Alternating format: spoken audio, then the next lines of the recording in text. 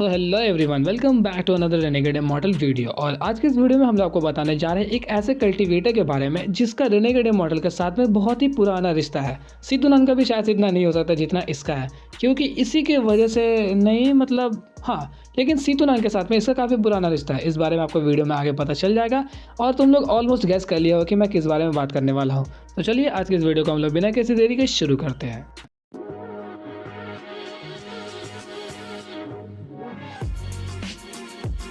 तो जैसा कि हम सभी लोगों ने अपनी लास्ट वीडियो पर देखा कि किस तरीके से वालिन वहाँ पे दालू सेट के दो सोल ट्रांसफॉर्मेशन के कल्टीवेटर्स को मार दिया जो कि अर्ली स्टेज पर थे। उन दोनों को मारने के बाद ही वहाँ पे उसे जोई के रिगार्डिंग काफ़ी इन्फॉर्मेशन मिल जाती है, इतने कि वो जोई को बचाने के लिए एक अटेम्प्ट कर पाए।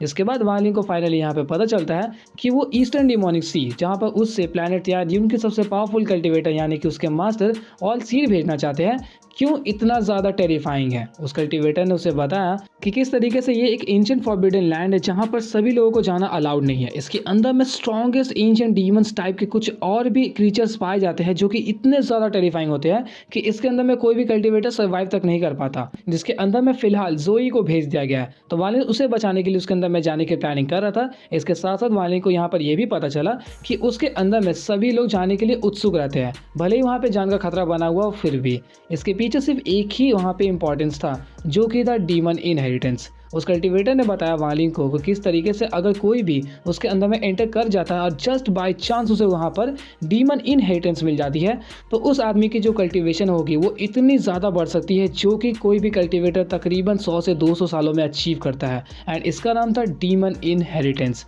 डीमन इनहेरिटेंस किसी भी एक नॉर्मल कल्टीवेटर को एक लेवल तक वहाँ पे आगे पहुँचा सकता है। सिंपल एग्जांपल्स में तुम लोग समझ लो, कोई कल्टीवेटर अगर पीक पर है, बिल्कुल सोल ट्रांसफॉर्मेशन का एक्सीडेंट लेवल में ब्रेक थ्रू करने वाला है, तो अगर उसे वहाँ पे डीमन इनहेरिटेंस मिल गई तो वो आसानी से एक्सीडेंट में ब्रेक थ्रू कर सकता है। इनफैक्ट अगर कोई एक्सीडेंट लेवल पर है तो वो आराम से अर्ली से मिड से लेट में भी जा सकता है। यहीं पे मामला ख़त्म नहीं हो जाता। अगर कोई कल्टीवेटर एक्सीडेंट लेवल के पीक पर है तो वो येन यांग स्टेज में भी जा सकता है। इसका इनहेरिटेंस का इंपॉर्टेंस कितना ज़्यादा है आप लोग अब समझ चुके होंगे। तो इस चीज़ के लिए यहाँ पे काफ़ी ज़्यादा मार्केट चलता है, लेकिन जितना भारी यहाँ पर तुम लोगों को रिवॉर्ड मिलेगा उससे भारी यहाँ पर रिस्क भी है। लेकिन सभी लोग इस रिस्क को उठाने के लिए वहाँ पे पूरी तरीके से तैयार थे। एंड और भी ऐसी कई सारी चीज़ें थी जो कि इस ईस्टर्न डिमोनिक सी के बारे में हमें पता चलता है। तो स्टोरी के अकॉर्डिंग तुम्हें पता चलता जाएगा। वालिन को इतनी इन्फॉर्मेशन पता चल चुकी थी। अब वालिन के पास में मेजॉरिटी 3 रीजंस थे कि वो इसके अंदर में एंटर करे। इस कल्टीवेटर को मारने के बाद वालिन जब उस अर्थ नॉर्दर्न डिमोनिक लैंड्स के अंदर में एंटर किया है तो वो वहाँ पे कुछ बीस्ट को तो वहाँ पे स्लॉटर करेगा ही, क्योंकि उसे अपनी स्लॉटर आर्ट को परफॉर्म करनी है, जिस वजह से वो उस डिमोनिक लैंड के और भी ज़्यादा डेप्थ में जाता है, तकरीबन 1,50,000 किलोमीटर्स तक। पता नहीं कैसे वो लोग इतनी जल्दी इतने लंबे लंबे ट्रैवल्स कर लेते हैं। लेकिन वालिन इतने डेप्थ्स में जाने के बाद वहाँ पे उसने अनगिनत बीस्ट को वहाँ पे मारा। इतने सारे बीस्ट को मारने के बाद तकरीबन 10 दिनों तक उस पूरे लैंड के अंदर में ग्रे फॉक्स वहाँ पे बस मंडरा ही रहे थे। तुम लोगों को पता होगा कि स्लॉटर आर्ट जो है वो बेसिकली ग्रे फॉक्स से ही हम लोग को वहाँ पे रिप्रेजेंट होता हुआ अभी तक नजर आया। हम लोगों ने डोंगर्स में तो देखा नहीं है कैसा दिखता है, क्योंकि हम लोग बहुत ज़्यादा आगे निकल गए। जो भी रीजंस है वो हम लोग बाद में पता चलेगा। तो उस पूरे लैंड के ऊपर में वो जो ग्रे फॉक्स वहाँ पे मंडरा रही थी वो तकरीबन 10 दिन तो कंटिन्यू रहती है, और 10 दिनों बाद हम लोगों को वांगली नजर आता है जो कि बाहर की तरफ में आ रहा था, और उसके हाथ के ऊपर में कुछ हम लोगों को साइंस मतलब रिंग टाइप की चीज़ें नजर आ रही थी, और वो सभी के सभी ग्रे कलर की थी। इससे हमें पता चलता है कि वांगली ने यहाँ पे कई सारे बीस्ट को स्लॉटर किया, जिससे स्लॉटर करने के बाद वो यहाँ पर सिर्फ 3 ही रिंग्स को क्रिएट कर पाया। मतलब ये जो स्लॉटर आर्ट है इसे परफॉर्म करना बहुत ज़्यादा ही मुश्किल है। जितना ज़्यादा पावरफुल तुम बीस्ट को मारोगे उतने ही ज़्यादा रिंग्स को वहाँ पे क्रिएट कर पाओगे।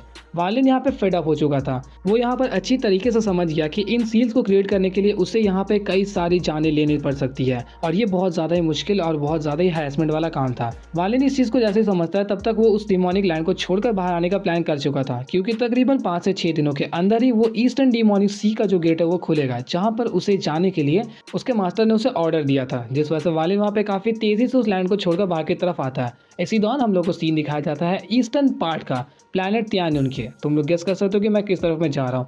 वहाँ पर का जो एटमॉस्फेयर था ना वो बिल्कुल अलग सा नज़र आता है। एक अजीब सा जगह था जो कि हवा की तरफ में फ्लोट कर रहा था, एंड उसके आसपास की जो ऑरा थी वो बिल्कुल अलग थी। इसके आसपास में वो जो लाइट्स है वो मोस्टली हम लोगों को ग्रीन और रेड कलर की नज़र आती है। एक होता है ना एक टेरिफाइंग डिमोनिक ऑरा जो रिलीज़ करे, उस तरीके का माहौल वहाँ पर था। इसी के आसपास में कई सारे कल्टीवेटर्स गैदर होते हुए नजर आए। इसी बीच हम लोगों को एक जगह पर डिस्क्रिप्शन मिलता है कि यही एक्चुअली में ईस्टर्न डिमोनिक सी है, और इसका नाम ईस्टर्न डिमोनिक सी इसलिए था क्योंकि ये प्लैनेट त्यानियन के ईस्टर्न पार्ट में पड़ता है। इसके साथ साथ ये एक फॉरबिडन लैंड है क्योंकि इसकी एग्जिस्टेंस के रिगार्डिंग किसी को भी नहीं पता कि आखिर ये क्रिएट कैसा हुआ। सबके पास में अपनी अपनी राय है, और कुछ लोगों ने तो ऐसा भी कहा है कि ये पास्ट के दौरान कोई सेलेस्टियल रीम के पावरफुल कल्टीवेटर थे, उनका ही ये ठिकाना था। लेकिन लेटर ऑन जैसे ही सेलेस्टियल रीम वहाँ पे पूरी तरीके से तबाह होती है तो उसके कुछ इफेक्ट्स की वजह से ये जो ज़मीन है वो पूरी तरीके से चेंज हो गई, एंड फिलहाल हम लोगों को ये ऐसा नज़र आता है। इनफैक्ट हम लोगों को ये बात भी पता चला कि ये अपने आसपास की जो भी चीज़ें हैं उन सभी को अपनी तरफ में अब्जॉर्ब भी कर लेता है, यानी कि खींच लेता है। भले ही वो कोई जिंदा चीज़ हो या फिर वो किसी तरीके का ट्रेजर ही क्यों ना हो, कुछ भी हो, वो सभी चीज़ों को अपनी तरफ में अट्रैक्ट कर लेगा। कोई भी कल्टीवेटर अगर इसे दूर से देखता है तो उसे ये एक एंशिएंट लैंड दिखेगा जो कि एक ट्रेजर ट्रूव से कम नहीं है। भले इसके अंदर में कई सारे खतरे हैं, लेकिन इसके अलावा इसके अंदर में कई तरीके के ट्रेजर्स भी पाए जाते हैं। तुम्हारी किस्मत अच्छी रही तो तुम्हें फॉरबिडन स्किल्स के साथ साथ सेलेस्टियल स्पेल्स तक इसके अंदर में मिल सकते हैं। मतलब ये बहुत ही ज़्यादा इंपॉर्टेंट जगह है पूरे प्लैनेट त्यानियन के लिए। कई सारे कल्टीवेटर्स इसके अंदर में सिर्फ इन्हीं फैक्टर्स की वजह से एंटर करना चाहते थे। और मुझे पता है तुम लोग सोच रहे हो कि अगर ये इतना ही रेयर जगह है तो इसके अंदर में ऑल सीड जैसे पावरफुल कल्टीवेटर्स खुद एंटर करके यहाँ के ट्रेजर्स को क्यों नहीं ढूंढते। क्योंकि एक हाई क्वालिटी का सेलेस्टियल स्पेल ऑल सीड के लिए भी बहुत ज़्यादा ही वैल्यूबल है। मैं बताता हूँ एक्चुअली में क्या हुआ। पास्ट के दौरान जब अचानक से ये चीज़ की अपीयरेंस सभी लोगों को पता चली तो उस दौरान ऑल सीड और कई सारे पावरफुल मॉन्स्टर्स, जी हाँ मैं मॉन्स्टर्स की बात कर रहा हूँ, जो कि पूरे प्लैनेट त्यानियन उनको कंट्रोल करते हैं। ऑल सीड के आसपास के कल्टीवेटर्स वो सभी इसके अंदर में तकरीबन 3 बार एंटर किए थे। सुन सकते हो, 3 बार। और उन्होंने तीनों बार इसके अंदर में एक्सपेडिशन किया कि जो भी रेयर ट्रेजर्स वगैरह है इसके अंदर से वो लोग निकाल के ला पाएंगे, लेकिन वो लोग हर टाइम फेल हो जाते हैं। ये तीनों बार जब वो लोग इसके अंदर में एंटर किए तब ऑल सीड और लिंक त्यानियन की दोस्ती वहाँ पे बहुत ज़्यादा ही गहरी थी। बट लास्ट बार जब वो तीसरी बार इसके अंदर में एंटर करते हैं तो कुछ ऐसे सर्कमस्टेंसेस वहाँ पे अपीयर हुए जिस वजह से वो लोग वहाँ पे फिर से खाली हाथ बाहर आ जाते हैं। एंड इस दौरान यहाँ पे पता नहीं क्यों लिंक त्यानियन और ऑल सीड के बीच की जो दोस्ती तो वो करवाहट में बदल गई, और उसके बाद से ये लोग एक दूसरे को वहाँ पे देखना तक नहीं चाहते। क्या रीजंस थे अभी तक हम लोग को नहीं बताया गया है, हम लोगों को या फिर तुम लोगों को। और जब लास्ट एक्सपीडिशन के बाद वहाँ पे ऑल सीड और बाकी सभी कल्टीवेटर्स बाहर आते हैं तो वहाँ पे ऑल सीड ने उस पूरे लैंड को फॉरबिडन वहाँ पे घोषित कर दिया, क्योंकि उसके अंदर में उसने बताया कि वहाँ पर एक इतना भयानक मॉन्स्टर है, यानी कि एक डीमन, जिसे वहाँ पे ऑल सीड तक नहीं हरा पाया। मतलब सोच लो कि कौन से लेवल के उसने झूठ को बोला है, या फिर अगर सच है ये बात तो वो डीमन या फिर बीस्ट जो भी है कौन से लेवल पर होगा। इस दौरान वहाँ पे सभी लोग समझ जाते हैं कि अगर इसके अंदर में इतने पावरफुल मॉन्स्टर्स नहीं सर्वाइव कर पा रहे तो हम तो नहीं कर पाएंगे, जिस वजह से सब लोग इस बात को समझ गए। इनफैक्ट मामला यहीं पर ख़त्म नहीं होता। जब इस जगह के बारे में कल्टीवेशन अलायंस को पता चलता है तो वो लोग खुद इसके अंदर में आके इस चीज़ को चेकआउट करना चाहते थे कि आखिर इसका मामला क्या है, और तुम लोग बस गेस करो कि इस दौरान हुआ क्या होगा। क्योंकि कल्टीवेशन अलायंस अभी तक सिर्फ 1 से 2 बार ही अपीयर हुआ है, सिर्फ उसके नाम में ही वो ऑरा है जिससे वहाँ पे ऑल सीड तक एक टाइम के लिए सहम जाता है। डरता तो नहीं है लेकिन वो रिस्पेक्ट वहाँ पे करता है। और कल्टीवेशन अलायंस अगर इसके अंदर में इंटरफेयर करना चाहती होगी तो ज़रूर कुछ ना कुछ तो माजरा होगा ही। लेकिन एक्चुअली में यहाँ पे मामला बिल्कुल पलट जाता है। जब यहाँ पे कल्टीवेशन अलायंस इंटरफेयर करना चाहती थी तब वहाँ पे ऑल सीड और भी शायद से कई सारे कल्टीवेटर्स ने एक साथ संगठन बना के यहाँ पे अनाउंस कर दिया कि हम कभी भी बाहर वालों को इसके अंदर में इंटरफेयर नहीं करने देंगे। मतलब उन्होंने कल्टीवेशन अलायंस को मना कर दिया था। फिर उसके बाद इन लोगों ने एक जमावड़ा जताया कि यहाँ पे हर 5000 सालों में इस गेट को खोला जाएगा जिसके अंदर कई सारे कल्टीवेटर्स एंटर करेंगे और अपनी किस्मत को परखेंगे।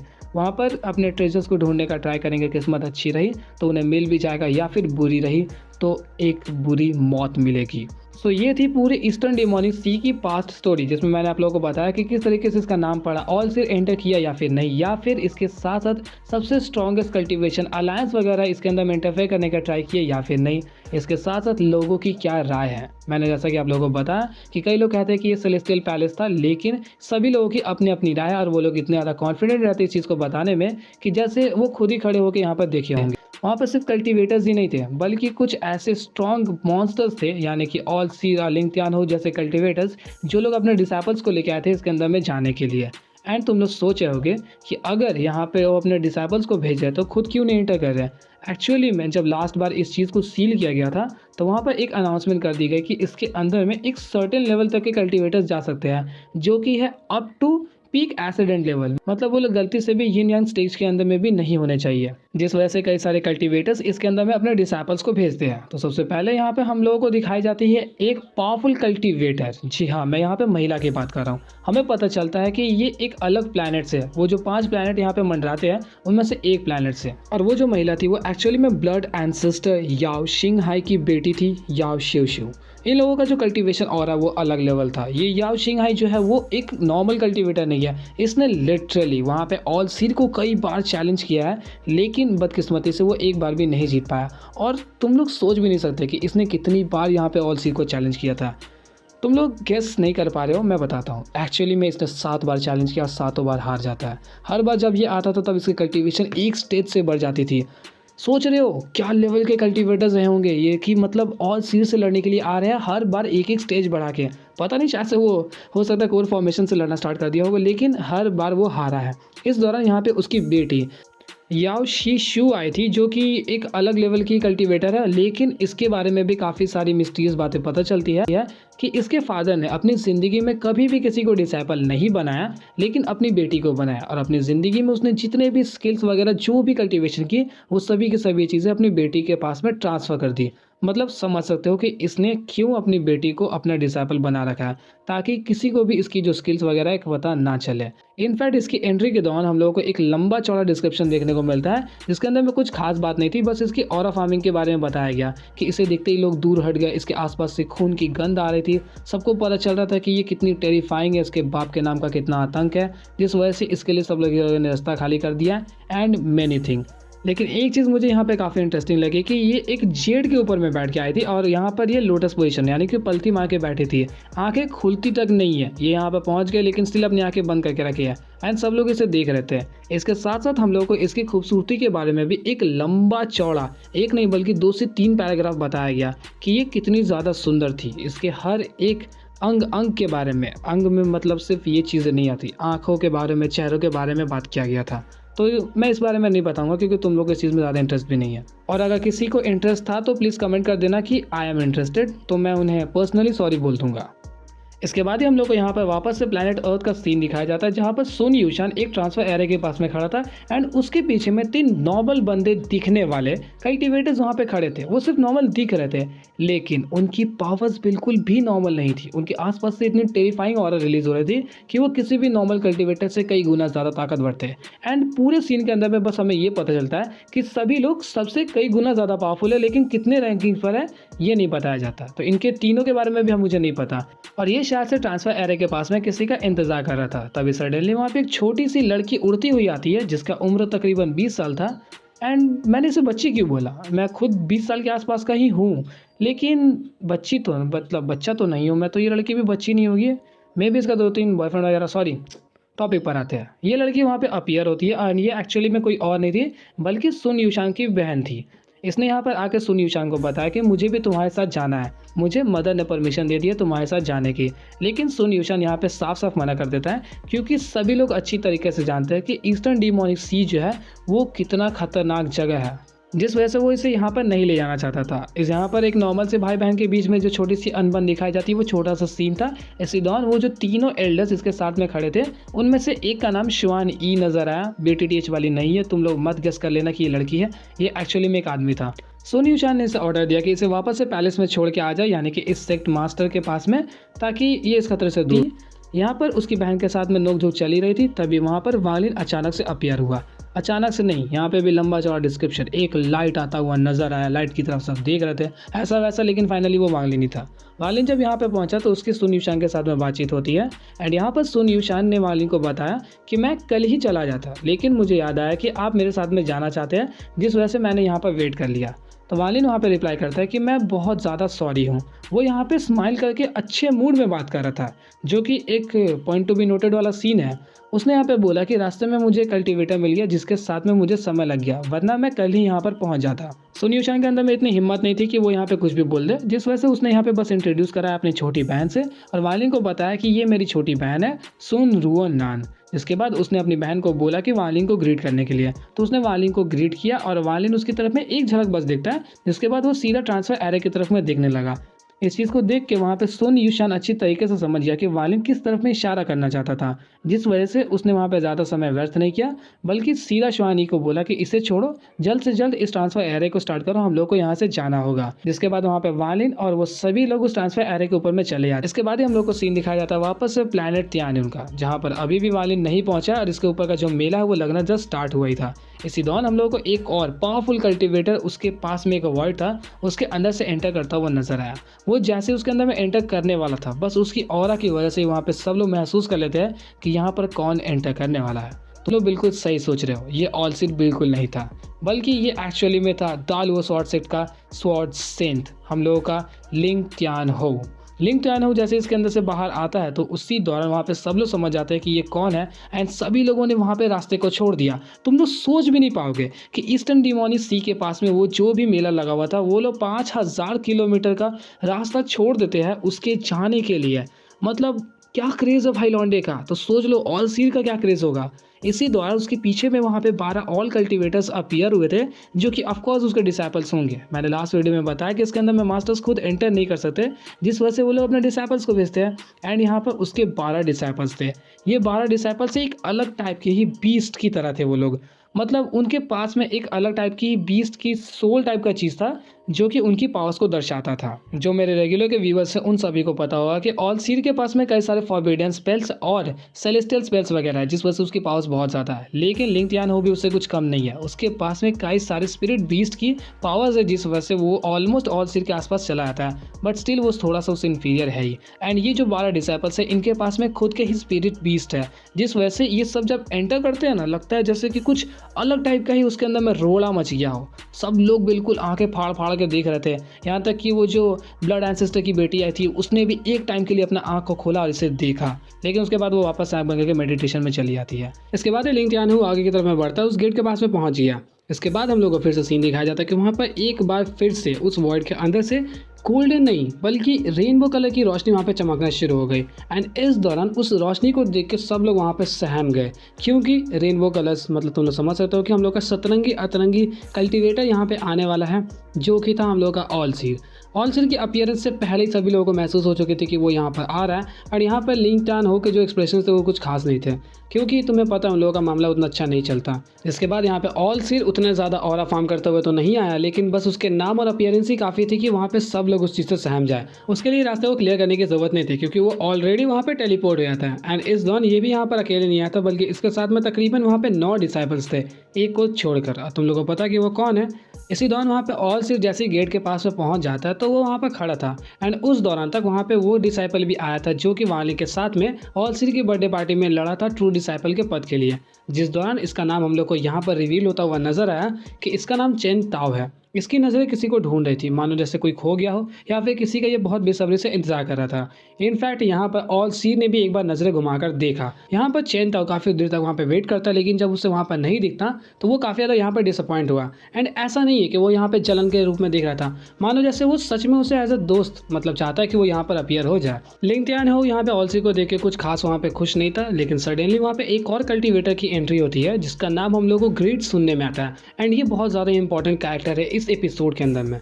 ये यहाँ पे सबसे पहले पहुँचता है लिंग त्यान हो के पास, एंड उसके साथ में बातचीत होने लगती है, जिसके साथ साथ हम लोग को ये चीज़ पता चलता है कि लिंग त्यान हो और ग्रीड की जो रिलेशन है वो कुछ अच्छे है। जी हाँ, उन लोगों के बीच में नोक झोंक नहीं है, बल्कि बातचीत अच्छी तरीके से चलती है। पास में उन दोनों ने कई बार एक दूसरे के साथ में काम भी किया है। ग्रीड जब यहाँ पे लिंग त्यान हो से मिलता है तब वो अच्छी तरीके से समझ सकता था कि ऑल सीड को देख के लिंग त्यान हो यहाँ पे बिल्कुल भी खुश नहीं है, एंड ऑफ कोर्स उसको वहाँ पे जलन महसूस हो रही है, उसे अच्छा भी नहीं लग रहा। तभी यहाँ पे ग्रीड ने कहा कि मेरे पास एक ऐसा तरीका है जिससे हम दोनों मिलकर ऑल सीड को पीछे छोड़ सकते हैं। इस बात को सुन के वहाँ पे लिंग त्यान हो उसकी बातों पर ज़्यादा ध्यान नहीं देता, क्योंकि उसे लगा कि वो आलतू फालतू बात कर रहा है। लेकिन फिर भी उसने एक बार पूछा कि आखिर तुम ऐसा क्यों कह रहे हो। तो उसने यहाँ पर बताया, क्या तुम्हें याद है कि कल्टीवेशन अलायंस वालों ने हज़ारों सालों पहले एक बीट की खोज के लिए वहाँ पे काफ़ी बड़ा रिवॉर्ड रखा था, एंड वो था एक्चुअली में एक हाई क्वालिटी का सेलेस्टियल स्पेल। और तुम्हें ये बात अच्छी तरीके से पता होगी कि हाई क्वालिटी के सेलेस्टियल स्पेल्स कल्टीवेशन अलायंस के पास में भी सिर्फ 10 ही है, तो उन्होंने इतना बड़ा अमाउंट एक छोटे से ट्रेजर पर क्यों लगाया होगा। तो यहाँ पर लिंग त्यानो उसकी बातों को नहीं समझ पाता। तो यहाँ पर ग्रिड ने उसे बताया कि वो जो बीड है वो मुझे मिल चुका है, और अगर हमें बाई चांस वो मिल गया और हमने उसे कल्टीवेशन अलायंस को लौटा दिया, तो फिर हमें वो हाई क्वालिटी का सेलेस्टियल स्पेल मिल जाएगा, जिसकी मदद से हम लोग ऑल सील को भी पीछे छोड़ सकते हैं। लिंग त्यानो यहाँ पे अच्छी तरीके से समझ सकता था कि ये जो बोल रहा है उसमें सच्चाई तो होगी, लेकिन इसमें ज़रूर कुछ ना कुछ इसका फ़ायदा होगा। एंड उसने यहाँ पे उसे छेड़ते हुए कह दिया कि तुम्हारी हालत इतनी ज़्यादा ख़राब क्यों है। तो यहाँ पर ग्रीड ने बोला कि ये पुरानी बात है, तो इस बारे में ज़्यादा ध्यान मत दो। जिसके बाद वहाँ पे ग्रीड ने बताया कि मुझे उस बीट का ओनर एक्चुअली में मिल चुका है, लेकिन फ़िलहाल मैं उसके साथ में खुद अकेला नहीं निपट पा रहा हूँ, तो मैं चाहता हूँ कि तुम मेरी इस चीज़ में हेल्प करो। एंड उसने यहाँ पर यह भी बताया कि हज़ारों सालों पहले मेरी उससे एक बार भिड़ंत हुई थी, लेकिन उस दौरान वो मेरे चंगुल से भी निकल गया। तो इन सभी बातों को सुनकर तुम लोग गेस कर सकते हो कि आखिर ये किसके बारे में बात कर रहा है। इसका नाम हम लोग को वहाँ पे मेंशन नहीं मिला, ताकि वो सस्पेंस को क्रिएट रखे, और मैं भी नहीं लूँगा, लेकिन अगर तुम्हें पता है तो कमेंट में डाल दो। इसके बाद यहाँ पे लिंग त्यानो कहता है कि मैं तुम्हारी मदद सिर्फ एक ही शर्त पर करूँगा, कि अगर तुम इसके अंदर में एंटर करके मेरे 12 डिसाइपल्स को वहाँ पे प्रोटेक्ट करते हो और सही सलामत बाहर लेके चले आते हो। तो इस चीज़ को सुनकर वहाँ पे ग्रिड काफ़ी ज़्यादा चौंक जाता है, और उसने ऐसा पूछा कि आखिर तुम ऐसा क्यों कह रहे हो। तो यहाँ पे लिंग त्यानो बोलता है कि मुझे अच्छी तरीके से मालूम है कि तुम कभी भी किसी के साथ काम नहीं करते, तुम्हारी नाम के जैसे ही तुम काफ़ी ज़्यादा लालची हो। बेटा, जब तुमने कल्टीवेशन शुरू भी नहीं किया होगा ना, मैं तब से फेमस हूँ, तो तुम ऐसा मत समझना कि तुम मुझे अपने झांसे में फंसा लोगे। मैं सिंपली चाहता हूँ कि तुम मेरे लिए ये काम करो, उसके बाद ही मैं तुम्हारी हेल्प करूँगा, एंड फिर वो सेलेस्टियल स्पेल का क्या करना है उस बारे में हम लोग इन फ्यूचर में बात करेंगे। इस चीज़ को सुनकर वहाँ पे ग्रिड थोड़ा सा टेंशन में आ जाता है। जब वो यहाँ पर इस बारे में राजी होने ही वाला था, तभी सडनली फिर से उस वर्ल्ड के अंदर से एक लाइट चमकती है, एंड वहाँ पे कुछ कल्टीवेटर्स बाहर आए,